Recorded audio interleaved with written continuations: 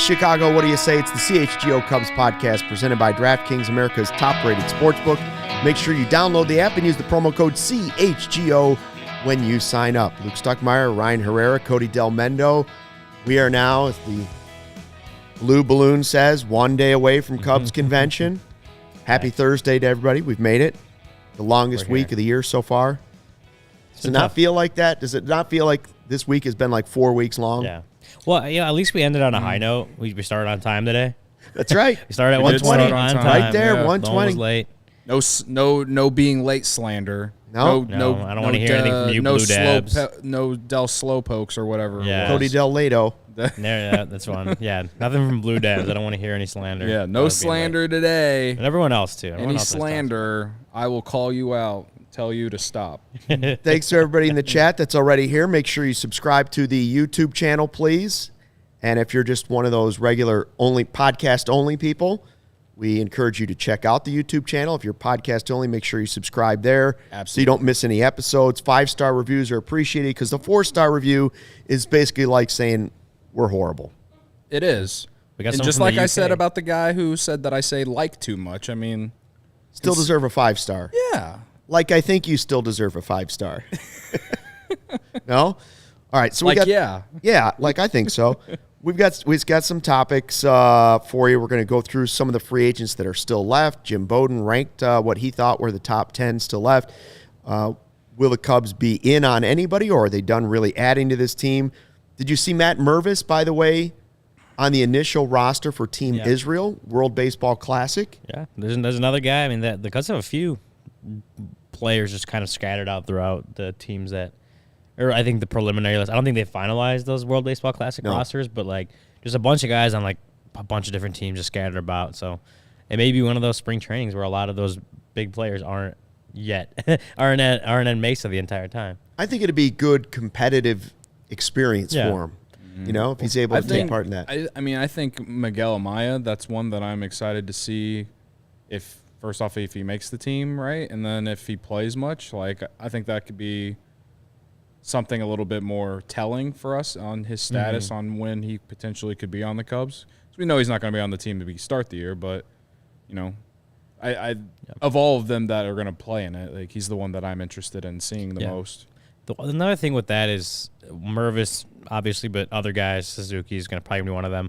It's just the fact that after last year's spring training, how delayed it was, and it was tougher for guys to get into in-season game action mode prior to the actual opening day. Right. You'll have a bunch of guys who have already been playing competitive baseball games before really spring training really gets going, spring training games. So by the time that, you get a few weeks into the season, these guys are ready to go. They're in that mode. They're locked in. They're, built up to the point where they can actually play, baseball games when opening day comes around. So I think it's a better balance of what happened last year, or between what happened last year and how late it was versus this year. Guys are getting started probably even earlier to get into that game mode, because as far as the World Baseball Classic goes, it's one of those things where you want to represent your country well and hopefully do your best to bring a championship back for your country. So it's I think it's good for guys just getting back into game mode earlier than normal. I think for sports like gymnastics and skiing and stuff, like the Olympics are the pinnacle. Baseball is one of those that kind of fits in a strange place, I think, because it's already so international. Same thing with hockey, really, although hockey gold medal is a really big deal. I don't know if the baseball gold medal is a huge deal. I think the World Baseball Classic's almost as good as Olympic baseball for me. Like I think it's almost the same thing. And I do think the players take it seriously. Like you said, there's a sense of pride that they want to be involved in it. However, I don't believe you can compare it to a gymnast who waits their whole life for the Olympics every 4 years. It doesn't have the hype of the Olympics. Or a track star who waits for every 4 years for it to come around. It's not the same thing, but it is better than spring training baseball, Cactus League action, in my opinion. It's not quite that level, but it is like, as far as international tournaments go, it's the number one. Like, does the Olympics even still have baseball anymore? I don't know, and I don't care. Same thing with tennis. Like in Olympic tennis, how is it any different than just any normal tournament for a weekend? Yeah. So this is as far as international goes. Like, again, this is the World Cup of baseball. It may not be quite the World Cup, but it's the World Cup of baseball. So these guys care. The guys that go out there care and want to do well and win, obviously win that tournament. There's no point in playing that tournament if you're not trying to win. So there you go. It'll be good to see guys like Matt Mervis get going earlier than normal and just kind of be in that mode. So when they do kind of come back full-time spring training, they're already ready to go. I think that's what you want to see. You don't want to see guys slow build. You want to see guys ready to go by the time spring training gets going and opening day comes around. Yeah. I think that's what I'm most excited about spring in general, just because, finally it's like a normal spring training. Yeah. There's no fast, let's get these couple weeks in. Everyone's going to be full go opening day because it's going to be a normal spring training, finally, after, 3 years, feels like? Yeah. 2020, that we know how that went. Then, 2021 was just weird. The lockout last year, It's been a weird couple of years. yeah, this is Strange. it's finally 2021 with the whole pandemic, the rules and all that made it weird, and then this 2023 would finally be the first real normal year. It feels like, with just everyone having the same amount of time in the off season and the ramp up and everything for pitchers and stuff. So I think the WBC will be great for a lot of those guys, though, in terms of just getting ramped up and ready to go. So I also think you're less likely to see guys play 3 innings and come out in the WBC than you are in a Cactus League game. Guys want to be in there longer. I think it's is it the Dominican Republic or it's Puerto Rico? The roster. I think I saw a graphic with it. Sometime the last couple weeks, and I look the roster was just all stars. It's one of those two countries. I can't, which makes sense. Puerto Rico has a pretty good roster. Yeah, and but I also feel the United States has a great roster too. I mean, any team with Mike Trout on it has a good chance to win. No, there's gonna be a lot of really good teams in this. So that's one of the things. It's you just have good players all over the place. That if anything, Matt Mervis or anyone else from the Cubs, but especially Matt Mervis, he's gonna face high level major league caliber pitching throughout that whole tournament. If he of course makes that team, so that's just good experience for him just going into what should be his first full season in the majors. I guess we don't know for sure what's going to happen on opening day, where he's going to be, but that's just going to be good experience for him regardless. Yeah, got a lot of comments. Yeah, the chat's going. Hey, do we have as many likes, though? That's the question. Yesterday we got up to 50 likes just because we wanted Ryan to take that shot of Malort we should for being tardy. Just get 50 likes in general now. And the show ended just as Ryan was taking his shot. He did finish the shot, and yes, he did cringe afterwards. Yeah, it was bad. It was terrible. So mission accomplished to everybody in the chat that gave us a like. But, today you could give us the like for Cubs convention's almost here. Yeah. Well, we got 78 people in here right now, 17 likes, 81 now? We need at least 50 likes by the end of the show. At least 50. So we're already 50. At 20. We can do 30 more. It's not that hard. It's just a little click. We can do 30 more in the next 50 minutes. That'd be nice. That'd be nice. Tell your friends, tell your families, tell your neighbors. Give the CHGO Cubs show a like right now. Yeah. I saw that Jim Bowden on The Athletic just came out today with his top 10 free agents that are still out there. And then I just got to thinking, well, are the Cubs really done? Is this it? It feels like they're done. Yeah. But then you look at the roster and you think, well, there are ways to still incrementally improve the team. I'm not going to say anything they could do at all would be a huge boost to the team, but there are ways that they could still improve the team before spring training starts. So we're putting that out there. Later in the show, we're also going to do I see Niren's in the chat. Niren, we're going to do your trade du jour. Just the latest guy that we think, another name that do you want to consider him? We've done some before. So far, most of them we've kind of been like, we'll see where this one factors in. But first, let's go through the free agents, all right? Jim Bowden's top 5. At the top of the list, he put Michael Wacha. Then he put Jerkson Profar, Elvis Andrus, Zach Greinke, Trey Mancini. I see, as a little kid would say, I spy 3 ways to improve the Cubs on that list.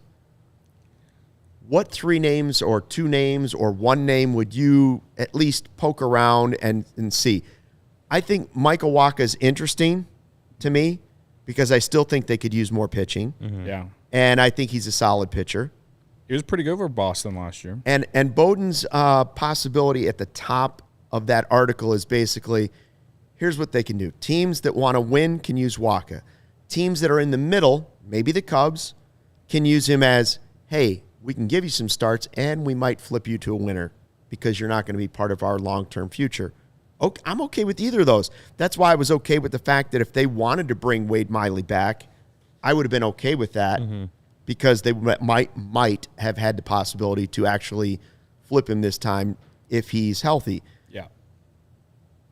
I think Elvis Andrus, Ryan and I, we looked it up beforehand. He's never played third base. Not at the major league level, no. He's been exclusively a shortstop. But if he would have played third base, then he definitely would be an option. But his arm strength, per baseball savant, 25th percentile. Obviously not good.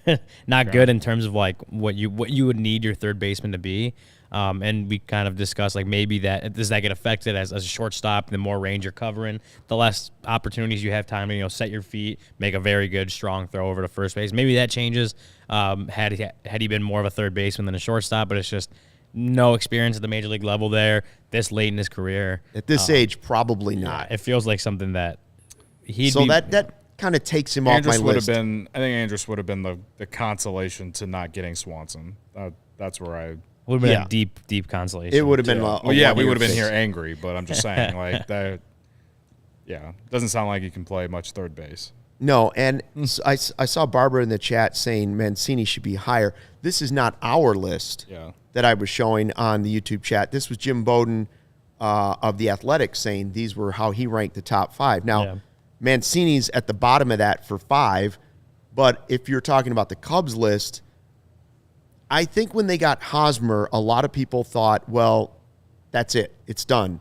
If you have Hosmer, you don't need Mancini. But I'm not so totally sold on that. I still see a way that Mancini could help the Cubs if he's willing to be that role player. Like, first of all, he has the versatility, so he can play first base, he can be DH, he can play left field. Ian Happ's in left field. So that spot's basically taken. But DH and first base, sure, Hosmer could play first. He's really good at it. But what's wrong with Mancini being your DH?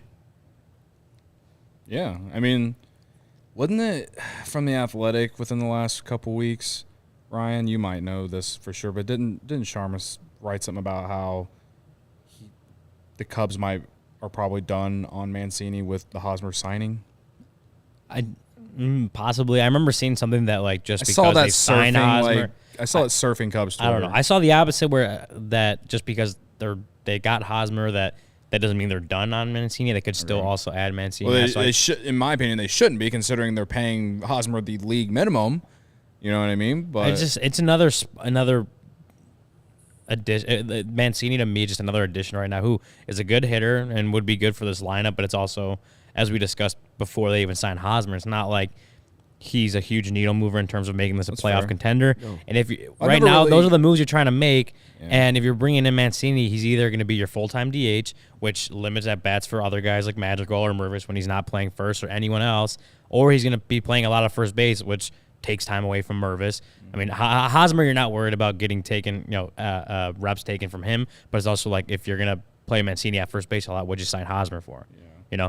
That's why to me it feels like an addition that doesn't need to be made specifically for the Cubs. That it's just another versus like when we talk about you get a lot of good players and then you figure things out later. Right. It doesn't seem like that. It seems more of an issue if you're bringing in Mancini and then trying to figure out the lineup there because again he's not going to be one of your top hitters in the lineup that you need in there every day. It's just makes a lot of roster construction, lineup construction issues to me that it doesn't feel like a move the Cubs would make at this point. Not worth the juice isn't worth the squeeze or whatever the saying is. I've never heard that, but can't have your cake and eat it too. Yeah, I don't know if that one works. No, the juice isn't worth the squeeze. Listen, I think we've never really considered the idea of the Cubs getting both Mancini and Hosmer, but based off anything I've read, I don't think the Cubs are interested in that. And fine, whatever, I can. Disagree with that, and people can agree with it, whatever, but I think Mancini should still be an option for the Cubs. Well, you still need home runs. That's the problem. You still need some power. They've told us they're not a finished product, which I get. So if they don't add somebody like first of all, he's not going to turn them all of a sudden into a power hitting team.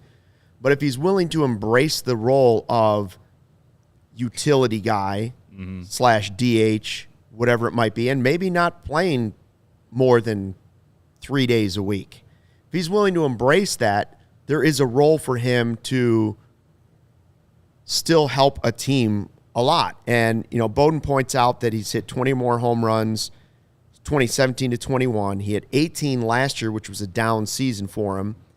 And he believes with the shift going away that Mancini could raise his batting average to 270, his on-base average to 340, and hit 21 to 24 home runs. Now, I would assume that means with pretty steady playing time. But again, the DH allows you to do that. Yeah. We saw scenarios we talked about. Andy Martinez was doing his projected lineup, and he was talking about Nick Madrigal. Would you rather see Nick Madrigal being the DH and getting steady playing time and trying to develop Nick Madrigal, or would you rather see Trey Mancini have an opportunity to bounce back? Rather have it's an Nick interesting. Madrigal. You'd rather. I'd rather have I Nick knew. Madrigal. I knew. Well, you would say Madrigal. but the thing is, so, and I understand that. I'm not saying that's if crazy. you're bringing in, and it's not even just Nick Madrigal himself. If you're bringing in Mancini, like Mancini's not a guy you're bringing in for, he's gonna be part of the future team. He's just a guy to fill a roster spot at this point for a team that maybe could possibly compete for the playoffs. And yeah, he'd probably help in that, but if you're also at the point where you have so many guys you're still trying to see establish themselves at the major league level, see if they can be major league contributors for this next great Cubs team, Mancini's just blocking a lot of playing time. Like, if you're trying to get Nick Madrigal at bats to see if he has anything in him as a major league player, well, you're already taking away second base opportunities by signing Dansby Swanson and moving Nico over. Then you're taking more even potential DH opportunities from him to let Mancini play or let Eric Hosmer play or Matt Mervis, whoever's in that position. Christopher Morel, him and Wisdom are probably going to be spending a lot of time at third base where, there's other – it's just the whole roster lineup construction becomes an issue to me if you're bringing in Mancini. Nothing against him. It's just you have to probably trade someone. You have to find a trade partner, trade one of these guys away if you're bringing Mancini in, just because – that just takes away a lot of potential at-bats for these other guys that you want to see at the big league level. It doesn't – if it's me, I'm not going after Mancini anymore because you already got Hosmer. Hosmer's going to be that first base option until Mervis is ready. He's going to be a solid veteran presence for him. That's what you got him for. That's probably what you would have gotten Trey Mancini for. Maybe been a little bit better, but it's just at this point you're just filling a roster spot for a team that needs needs to see what other guys can do. You don't need Trey Mancini. I guess it would depend on the contract you would offer Mancini. Say they offer him like a 2-year or a 3-year deal with the opt out after 2 years or something like that. It's just you're just saying contract, he's blocking too much. The contract doesn't matter to me because you're going to block other players. You're going to block guys that are here on this roster that you want to see get at bats or play in the field, whatever. Trey Mancini just blocks a lot of that. He's not going to be a part of your future. So, in my opinion, why are you bringing him in just to block players? Well, Bowden basically just had the Cubs it's the only of the 10 players that he listed, Mancini's the only guy that he had any connection to would be a good fit for the Cubs. I'm not sure he was considering the fact, and again, they need power, so that's why he's saying that, and he could play DH for the Cubs. But I understand Ryan's point too, and I think the Cubs' thinking on this, if I had to go inside their heads, would be once they signed Bellinger and then Hosmer, then Mancini was done. You don't need 3 of those guys. Okay, if Mancini you don't was need 3 older reclamation projects, and Bellinger's obviously a slightly different story, but you don't need 3 guys that are still trying to bounce back in the big leagues a little bit. If he could play third base, it'd be a different story to me. He can't. He's solely a first baseman, solely a first baseman DH kind of player at this point, and you have enough of the guys that that need to be playing either of those positions that you don't need to sign Trey Mancini. Let's be real though, Madrigal playing DH is very unconventional. It's unconventional, but I don't like that. Baseball is unconventional at this point. Baseball is very unconventional at this point versus where it was even a few years ago. If we're sitting here in like May or June and we're talking about the lack of power on this roster, are you really going to be frustrated in 3 months from now that the Cubs didn't sign Trey Mancini? No, but I'm saying that the lack of aggressiveness to add power after Jed said they need to blow teams out, yeah, that's frustrating. Yeah, that's a different man. story. But I don't think we're looking at Trey Mancini at that point. If that's the issue in June, I don't think we're sitting back like, I should have moved on. Aaron Judge would have done I that. should have moved on then a month ago. Then, so that's on me for not moving on a month ago. It should. I don't think we're gonna look back in June and being like, man, they should have signed Trey Mancini. They should have signed all kinds of other people, but I mean, I'm looking at this from I want the Cubs to be good. Like, I get where you're coming from. You got to see certain guys play. They can do that and also be good. Like, the way that you were explaining to it is just giving me, like, PTSD about last season.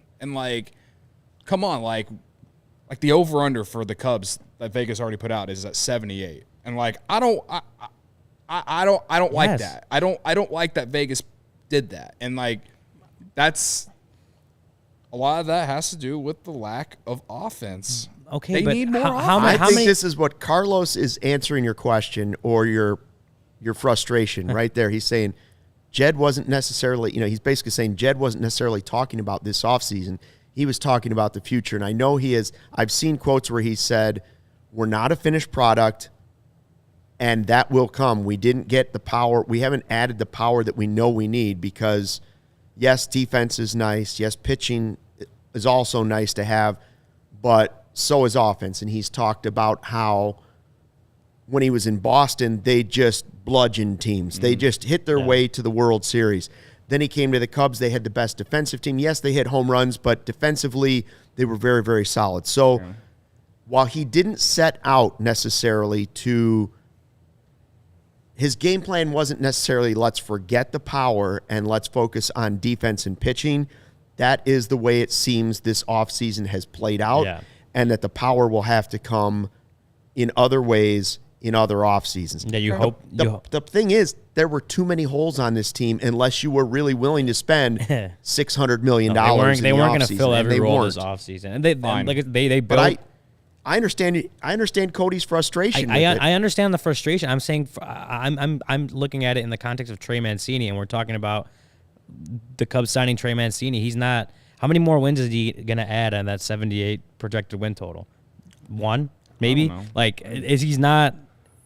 I don't think we should be spending this much time talking about the Cubs are going to – any Cubs' lack of power is going to be as a result of not signing Trey Mancini because he's just going to – at this point, with the way they've constructed the roster now, he's just going to be taking at-bats away from guys like Matt Mervis or other guys that you want to see. Cody wants to win every single game, right? Like Cody wants Cubs to win fans in the 87 chat wins want a lot of Cubs fans at the Cubs convention will be like, every single game matters. Every win matters.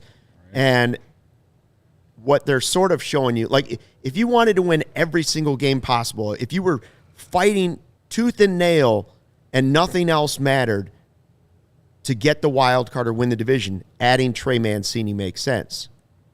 But if you're also trying to develop and think about the future and it means you have to forfeit possibly one loss or two losses, like Ryan's saying, that's the reality of the balance of building a franchise for the future. So I think that's what's going on, and I don't think Mancini's going to be added. Now, I don't either. I never really thought he was. No, I don't either. That Hosmer was signing. I'm making the argument for just adding any more players in terms of adding to the offense because I think we can all sit here and agree that they need to. And I know you don't want to block players, but I don't want to see Nick Madrigal play DH. So so they're not good enough offensively. When you look at it, how are you going to construct a lineup and get guys like Madrigal, but definitely Mervis, Morel, all these other younger players that you want to see? How are you going to get them the at-bats they need to develop and to see what they got? If you're adding Mancini in, he's going to take 400 at-bats. Mancini's just one name, but what's another name then that they could add that would make sense? Like, is it McCutchen? Is it Adam Duvall? I don't know. Like Gary Sanchez at DH. All I know is if you add those are guys he put in his top 10. At least it I don't know. At least adds to the offense. I don't know if it moves the needle. The only thing that moved the needle for the Cubs this offseason was adding Tyone, Swanson, and potentially Bellinger. All right, like those are the needle movers, and then maybe some of these other small moves will work out. Maybe we'll be surprised by some random guy that they signed that I can't think of right now. But what about the sheriff? I've seen in the chat people saying they want Chafin back. Chafin would be great. The bullpen, if you're So talking maybe it's about not additions, a bat, even though we all agree that offensively they're not going to be I think that they're good as you hoped. They're going to be in a lot of games. I think the pitching and the defense will allow them to be in a lot of games. I think so too. But you know how many one-run games we watched last year and how many times I got angry because I lost by 1 run because their defense gave it away or they couldn't get enough offense. Okay, well the defense is good now. Let's say at least you're short of one part of that. Like how many 1-0 games are we gonna have to watch? Like I hope not a lot. I hope we're winning like Cole's gonna tell us every game. Although those 1-run games are sometimes faster. I don't know. Unless there's a lot of bullpen. I understand that they can that there's reason for other guys to get opportunities and stuff like that. I don't know. I think that they need another bat. And I don't know if that moves the needle, but it at least makes me feel a little bit better. I think that would make the fan base feel better. Maybe it's via trade, which we'll get to in the third segment. Yeah. Super chat from the Duke 811, $10. Thanks for that. Why is it that other big market teams can develop while also being competitive late into the season? They aren't worried about quote unquote blocking their players. Duke. There are some teams that I would agree with that, and again, the Cubs were in a pretty bad spot. Like, I don't think people realized how thin the cupboard was getting before they started to tear it down, which is why they had to tear it down.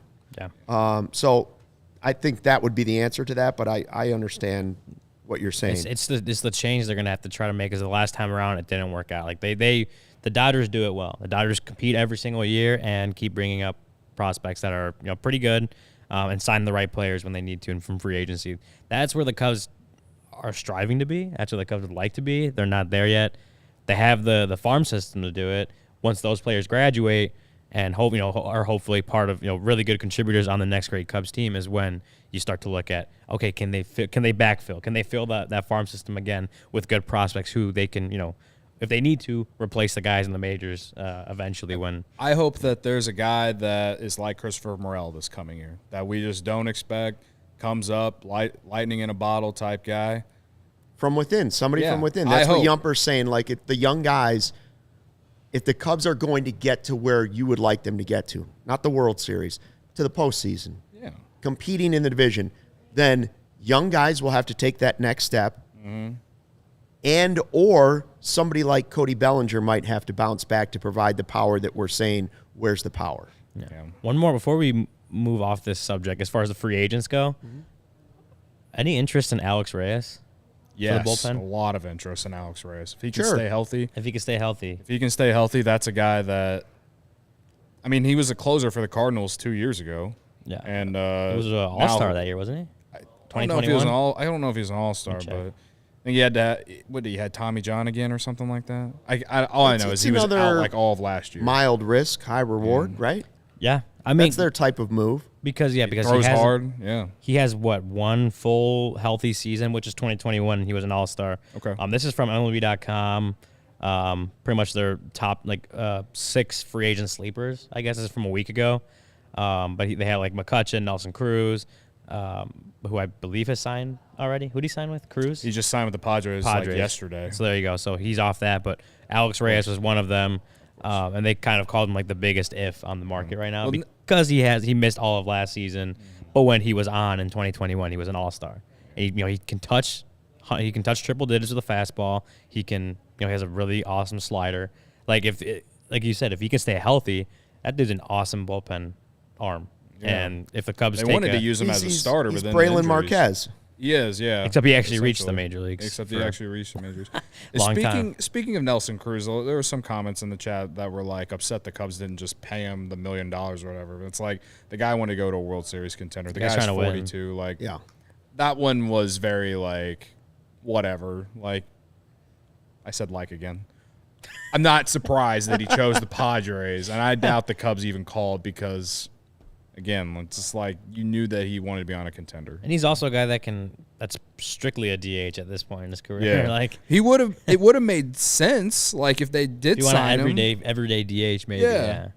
And I know he's had a bad year with the Nationals last season, but It would have made sense. I just don't think he wanted to be a Cub. Check out Michael Collada's wants to win. comment here on chat. I'm not going to say it out loud because the Collada segment is coming up next. Michael Collada, the next segment is for you. We are going to try and predict things that will be asked in the Ricketts Family Panel coming up at Cubs Convention.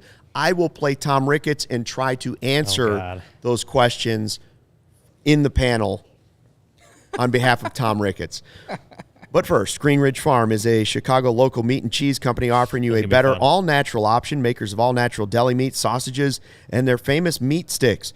Perfect for tailgating, happy hour, and school lunches. All-natural meat sticks that are hardwood smoked for 8 hours with 16 grams of protein per stick, making them a perfect post-workout snack.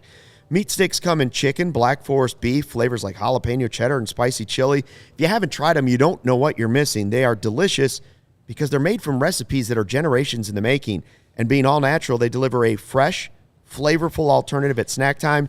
You can always find them in the refrigerated section at Costco, Sam's Club, any of your Chicagoland grocery stores right now. And when you order any 3 meat products at Green Ridge Farm right now, include a pack of meat sticks in your cart. Those meat sticks are free when you use the code CHGO at checkout. Green Ridge Farm, simply natural meat. The ComEd Energy Efficiency Program, committed to helping families and businesses in the communities we serve save money and energy. ComEd offers free facility assessments that can help find energy-saving opportunities, whether it's lighting, HVAC systems, commercial kitchen equipment, or industrial processes. An authorized engineer will work with you to develop a detailed assessment plan specific to your goals and needs that can be done in person or virtually and last approximately 2 hours. Within 3 to 4 weeks, customers then receive a report that details energy efficiency projects that they can start working on right away. Each recommendation will include estimated energy savings, cost savings, project costs, potential incentives, and simple payback. So don't wait. Start getting saving and save energy today. For energy saving tips and to schedule your free facility assessment, go to comed.com/poweringbiz. If you're ready to sign up for a facility assessment, you can also call them at 1-855-433-2700 during normal business hours to speak with a ComEd Energy Efficiency Program rep. And you can also email them at businessee@comed.com or request their assessment online on their website, comed.com/facility assessment. Woo! All right. One question for you, Luke, a.k.a. Steve, a.k.a. Mr. Ricketts. Are we actually going to shell out the money for Shohei Ohtani next year? And when are we getting Nico Hoerner an extension? So are you Steve Ricketts right now? Steve, I'm an added brother to the family. My name is Steve Ricketts. Tom has laryngitis. He won't be speaking today. So Steve Ricketts will try to answer your questions. The Collada segment, the panel. All right. Segment of the year. Well, we can start with RWB. Mr. Ricketts, are we actually going to say... I wouldn't really, if Steve Ricketts would say, I don't really want to comment on a player on another team right now. Yeah, that's true. Of course, we're always interested in adding great players anytime they become available. And we don't think there's plenty in our system financially when a great player becomes available. If we want to add them to the roster and Jed thinks that player is worth whatever they're asking, then it's up to Jed. But the money is there for Jed to spend if he wants it. As for Nico Hoerner, we think Nico's a great player. We love everything about Nico and everything he's, given to the franchise so far. We love his future, and when the time is appropriate, I leave those things up to Jed. But certainly, I know that we appreciate everything Nico has to offer this team. Steve, you did a really good job of saying a lot, but also saying nothing. Absolutely correct. That's the owner speak. Carlos says I hate Luke right now. This isn't Luke. This is Steve Ricketts. Yeah, Steve Ricketts. My question for you is your sibling, Tom, told us during the season that the ball was in Jed's court, that he'd have all the resources necessary to make this team competitive, all that stuff. So what do you think of has Jed done this offseason right? Has he done it the way you said you thought he would when you told him he has all the resources to make this team competitive? I think that's a better question actually for Jed. However, I will say that I really like some of the changes that have been made to the roster. I mean, Cody Bellinger, I think we've all seen the potential he has and what he could bring to this team. Jamison Tyone could be a really great addition to the rotation. I think we've done some really, and of course, Dansby Swanson is a player that we targeted right from the very beginning. Right at the beginning of free agency, we saw Dansby Swanson's name there, and we thought that's the type of player we're looking for. And so Jed targeted him, and we are super excited about what Dansby will bring to Wrigley Field for the fans that show up at Wrigley Field, the greatest fans in all of baseball. We'll be excited to see him. Beautiful sunny days, night games at Wrigley Field, where you can get discounted prices this year, by the way. BYOB, build your own baseball. BYOB. Speaking of BYOB, the decision to bring in Coca-Cola, is that because it's better or because it will boost pop sales, Steve? We're really excited to have Coca-Cola as a new partner. I mean, I think most people look around and say, if you're looking for a brand that's synonymous with America, it's Coca-Cola. So we're very excited to have Coca-Cola on board and upgrade, what opportunities people have for the concessions. We always want our concessions to be above and beyond what everybody else has to offer. And so adding a proud name like Coca-Cola to our resume is something we're very excited about and a partnership we're looking forward to in the future. Mr. Collada, do you have a question out there? Mr. Collada at the mic right now. He says, hey, Tom, but it's not Tom, it's Steve. Hey, Steve Ricketts, why are you satisfied to win only one World Series? I believe Mr. Collada was not allowed into the building. I believe security was supposed to keep Mr. Collada out. And, of course, we want to win as many World Series. We want the Cubs to be the best franchise in all of baseball. But if security could now see Mr. Collada out to the parking lot, that would be appreciated. We certainly want to win the World Series as many as we can. Oh, that's the alarm. That's the alarm. That's the Collada alarm that they have set for the convention. It's like a metal detector when he walks through. That's the sound that plays when he comes in. That was a Collada question. It goes off instantly. Oh man, Steve. A lot of fans like to, the fans love to talk about how much concessions are, and specifically, $12, $13 beers. How can you justify charging this much for a team that won 74 games last season? Well, I think for the first time in a long time, we saw lower attendance at Wrigley Field, which was disappointing to us. And so we want to make sure that our concessions are on board, which sometimes means raising the prices there. I think you'll notice if you're going to buy season tickets, our season ticket holders are seeing a decrease for one of the first times in a long time. Their annual ticket price is going down. We're trying to make sure that you have the greatest experience that we can possibly provide for fans that come to Wrigley Field. We've tried to improve the ballpark, the concessions, the bathrooms, the area around Wrigley Field.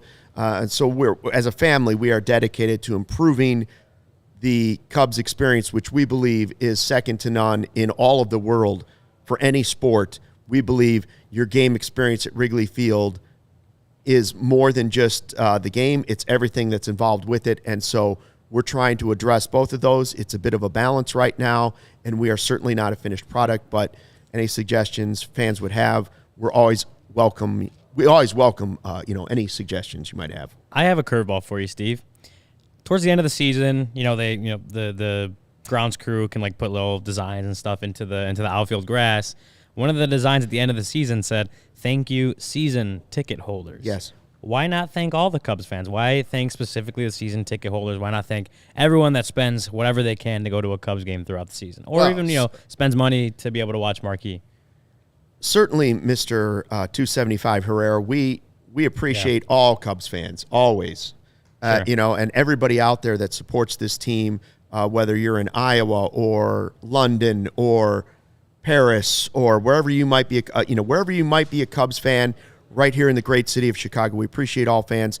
We just wanted to give a special thanks to our season ticket holders who supported us, supported the franchise, and are the most loyal season ticket holders in all of baseball. But we appreciate all Cubs fans, and I think that's all part of fan appreciation throughout the final week. But we believe that the entire season is a way of saying thank you to Cubs fans for supporting what we believe is the greatest franchise in all of professional sports. I see Mr. Ricketts Mr. Collada snuck in another question saying, "Hey, Steve, tell your brother he's cheap." I'm not on speaking terms with my brother at the moment. Well, he said he has laryngitis, so he really He has can't speak in laryngitis. general. He's under the weather, and I don't want to catch it. We haven't. Fair. That's fair. Tom wants to know which is better, the left or right Twix. We are getting off the road. We're getting away from that's Cubs too right now. far. It's any Twix. I'll go right Twix. Any Twix.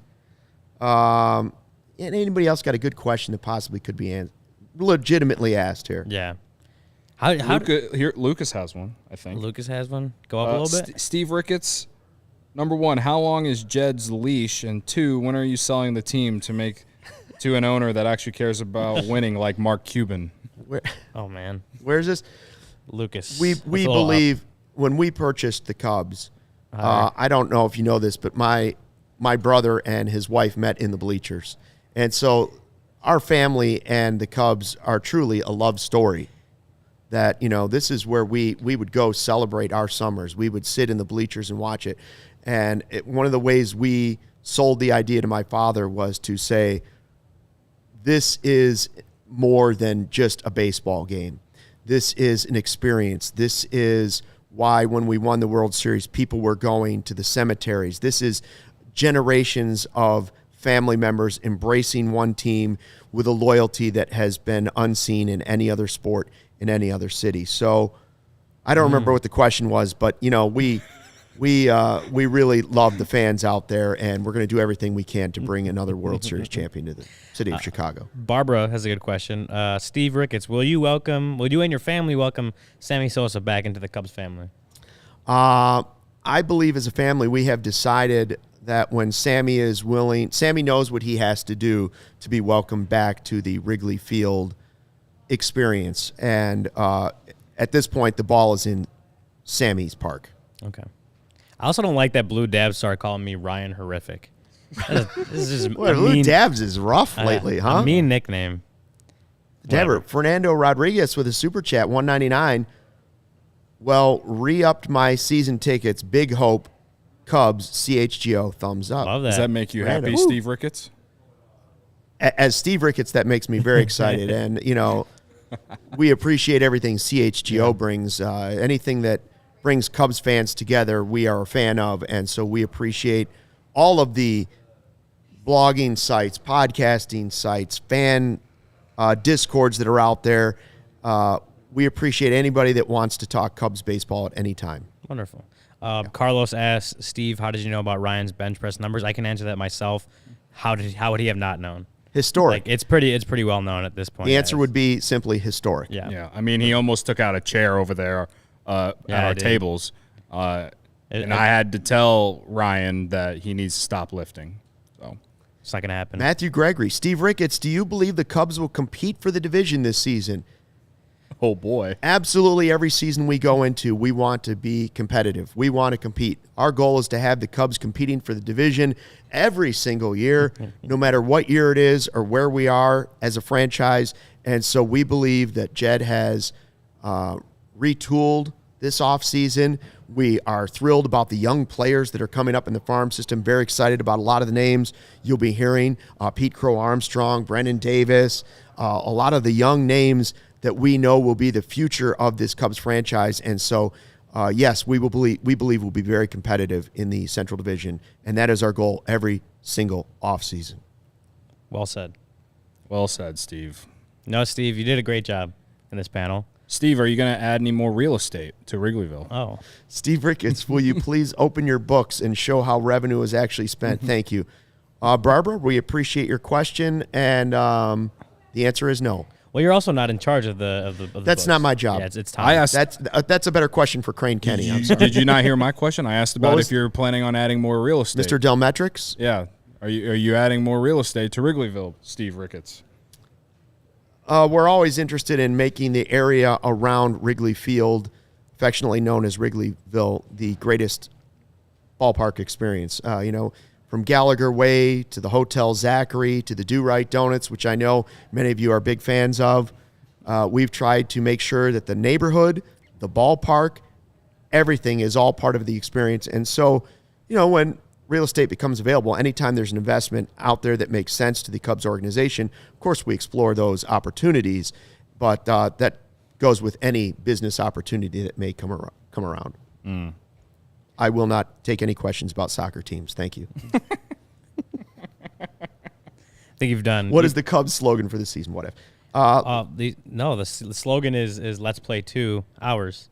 Let's play 2 hours. We've already decided that. Yeah, I'm all in on that. With the help of our friends at CHGO, the new slogan: "Let's play 2 hours." All in. Everybody in for that slogan.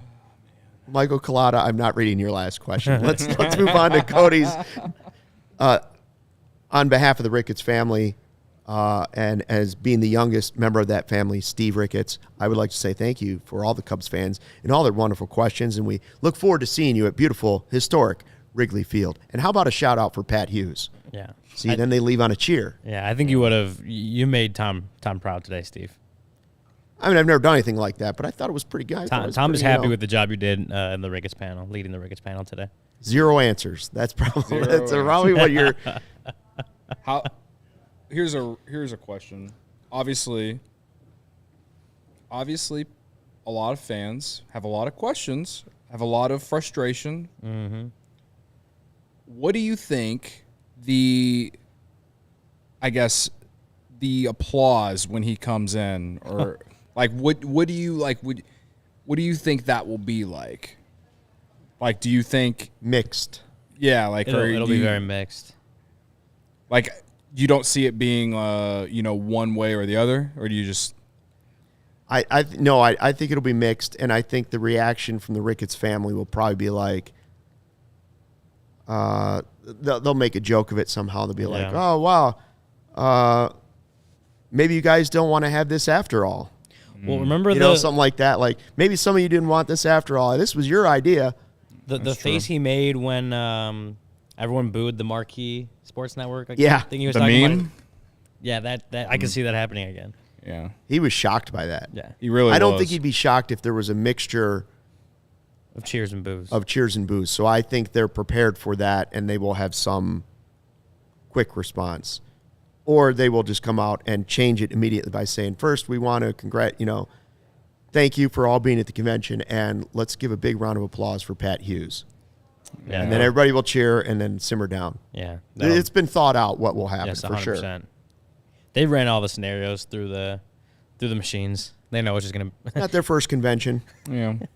But this is definitely the first one where I think the most scrutiny they're going to get is going to come. Because I don't even think after 18 and 19, going into 2020 before the pandemic, like, even though that they didn't show up to that one, like, I don't think they would have got the reaction that I think is potentially could happen on Saturday. I think the marquee thing was the biggest, was the hottest topic they've had so far, right? Like, going into that 2021. People were not happy about marquee.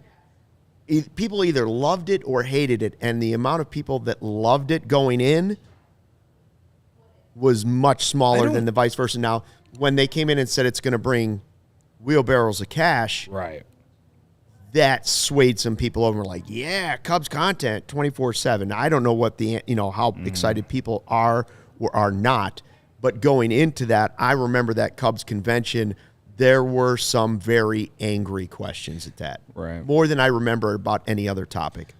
I'm just I think a lot of those questions are justified, though, and yeah, they can be prepared for it and all, but if they just beat around the bushes, that's not going to help them. Yeah. You know what I mean? So I hope they're not going to be able to. They're not going to answer every question, but my genuine hope is that once that panel is over, the fans that are there or people watching on Marquee or whatever, I hope we all at least feel something. Like, I don't want it to end and we feel like he just did what Luke just did. You know what I mean?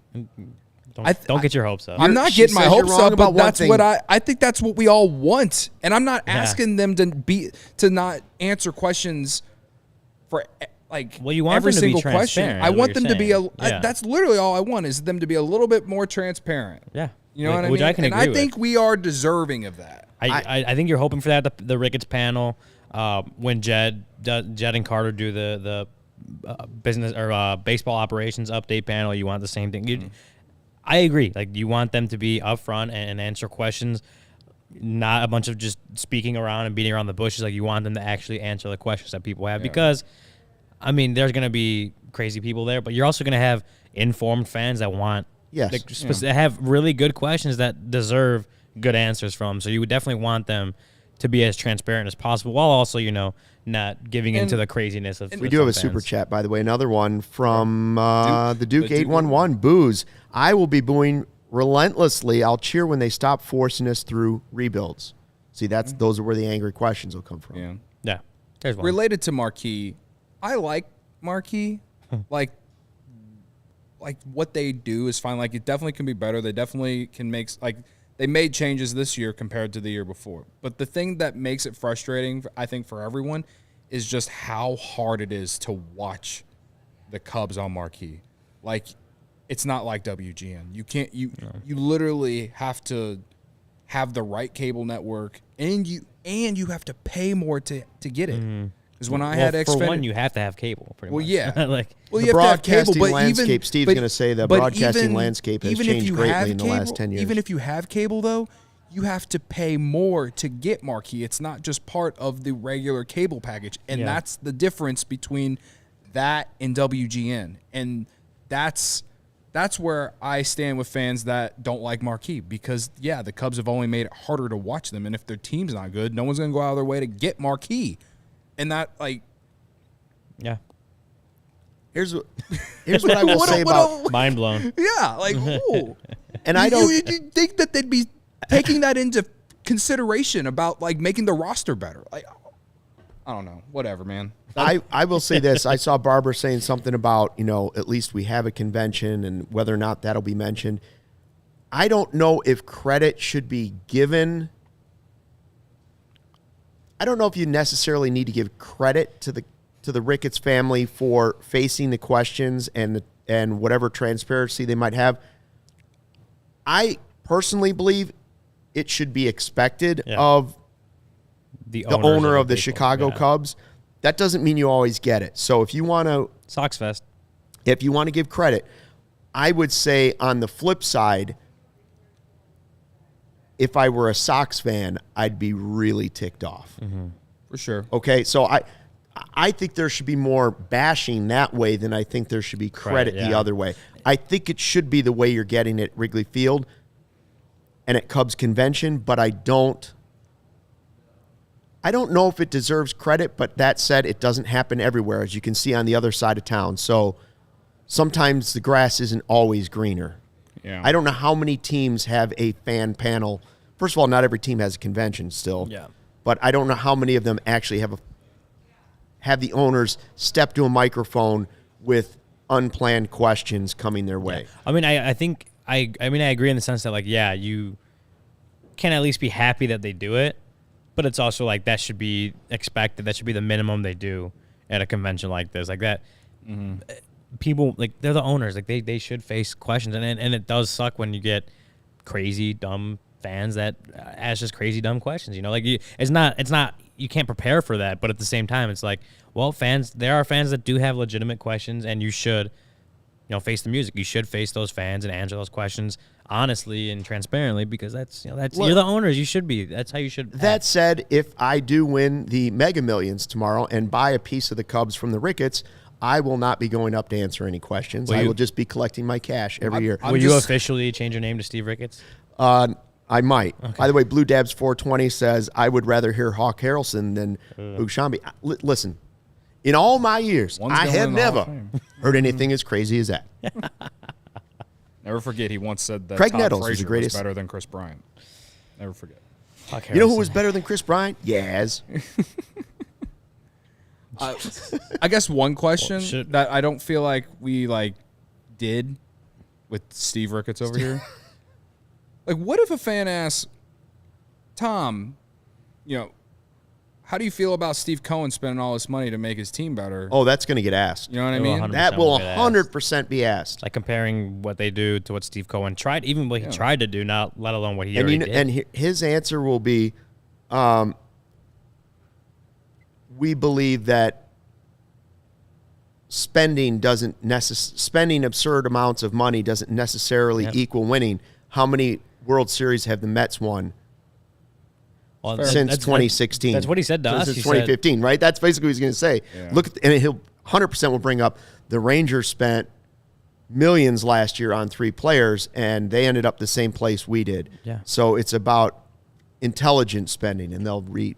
That's basically what he told us. He said, you can't buy a championship team, you have to build it. I assume that's going to be the same answer that he gives. He's gonna tell everyone how they did spend a lot of money this year, which, granted, they did. Not as much as they could have, but they did spend money. But he's also going to go like, we're still trying to build it. You can't buy it in one offseason. All the The cliches. smarter question to him might be something like, Steve Cohen is trying to spend all this money. The Padres are spending all this money. Are you angry at Steve Cohen, and do you think he's hurting baseball? That's a good question. That might be the question that lets you peek into a little bit more of what they're actually thinking, because the other one's just going to give you a standard answer, and he'll probably give you something like, I don't want to comment specifically on one owner, but we want everybody to be competitive, yada, yada, yada. I'm sure he's thought of a lot of different answers, but I think there might be ways to word that question differently than just like, if the Mets are spending, why aren't we spending? But that's more likely what's going to come out, because it's going to come from the heart before it comes from a thought process, right? Like the original thing is going to be like, why can't we get Aaron Judge? Why aren't we spending $500 million this offseason? Yeah. Should we do the ad reads? Yeah, let's do it, Cody. What do you got for DraftKings? We got playoffs, baby. Yeah. Playoffs. Yeah. I said on me and Steven, producer here at CHGO, we got a bet this weekend. He's taking the Vikings. I'm taking the Giants. Ooh. I like Giants +3, Giants money line. The NFL playoff picture is locked in, and my go-to place for the wild card round action is DraftKings Sportsbook, an official sports betting partner of the NFL. To kick off the road to Super Bowl 57, new customers can bet just $5 and get $200 in free bets instantly. Plus, all new and existing customers can get a no-sweat bet each day of the wild card round this weekend. Just place any NFL bet of your choice, and if it loses, you get a free bet back up to $10. Action's so good, why bet NFL playoffs anywhere else?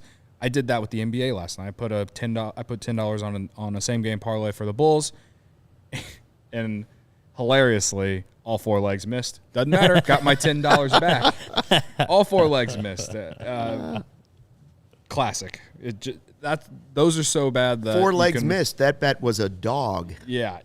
Well, at least you got the bet back. Yeah, I got my $10 back, and I'm probably going to put it on something related to the NFL, maybe a little parlay action, money line, dog parlay, Giants, Bucks, Buccaneers. Maybe the Chargers. They're a favorite, but they're like, it's pretty much an even line. I like the Chargers more than I do the Jags this weekend.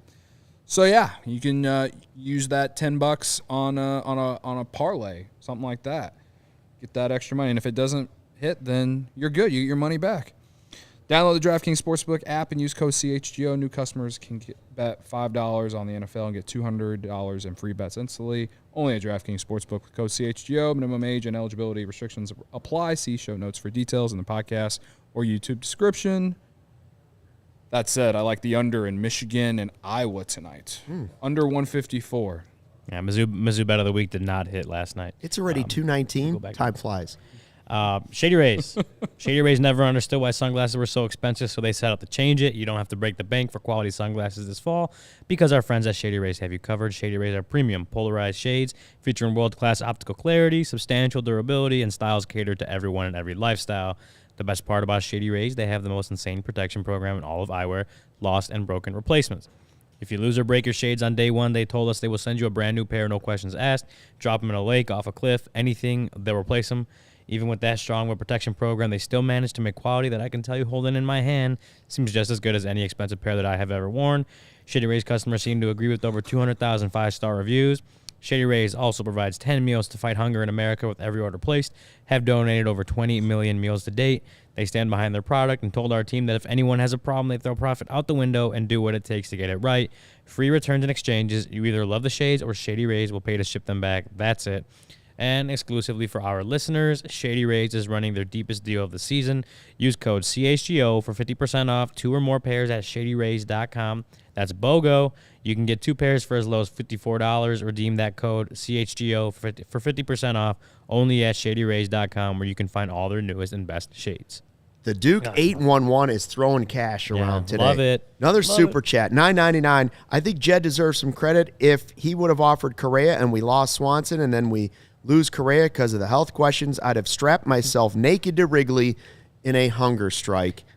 End quote. And different words, in different wording, obviously. That's what I said yesterday. Like, at least be happy that they got Swanson and didn't miss out on him because they were in the Correa sweepstakes for too long, 69 likes, and I see 1 thumbs down. I'm going to assume that is from the Ricketts cousin, Steve Ricketts, who probably doesn't like his name being used out there, but this is a different Steve Ricketts. Yeah. I like Duke's comment. There's plenty of reason for optimism for coming into this year, and I know I haven't really been showing it lately, but there is plenty of it. But I think I'm just speaking for just the overall fans who've just been frustrated since the trade deadline of 2021. So, again, I hope the Cubs are good. I hope we're talking about a competitive team, and I hope we're talking about, a team that is at least in the chase in September, and we're not talking about the race to 63 or whatever. You know what I mean? So, I get where he's coming from. 2 minutes for the trade du jour. Niran, our friend here in the chat, says 27-year-old Ahmed Rosario might be a nice guy. Runs, 11 homers, 18 stolen bases, under control through next season. He could be your third baseman. And my answer to Niran would be, while he doesn't thrill me as he's the future at third base, right? If you were telling me I could get somehow Ahmed Rosario from the Guardians for some package including Wisdom and Madrigal, then yes. But I would assume they're going to want pitching back, and then that becomes a bigger problem for him. Would he also doesn't bring you necessarily. Does he play third? He hasn't played third in major leagues either. But he can play, don't you think? I mean, Elvis Andrus could also realistically play third base. What's I'm his arm strength percentile? Yeah, I don't know. I'm looking. If you can get him to play third, again, another interesting guy. He doesn't bring you the power that we keep saying that this particular lineup is lacking. Mm-hmm. He does add, again, the stolen bases and the contact, which clearly they have tried to upgrade with the new rules. 50th percentile arm strength, by the way. So maybe. Definitely better than Elvis Andrus. Maybe. I mean, if you could give up Madrigal and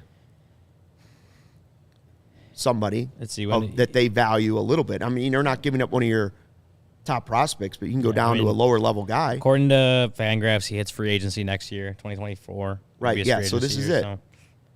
So it's a bit of a rental. You could rent him for Madrigal and Wisdom if they'd be willing to do that. I don't know if they would or wouldn't. I guess. I mean, at this point, we're talking about not huge, more closer to lateral moves than anything, in my opinion. So, I mean, this is maybe trying to shake things up, see what you got in a different guy versus what you already had.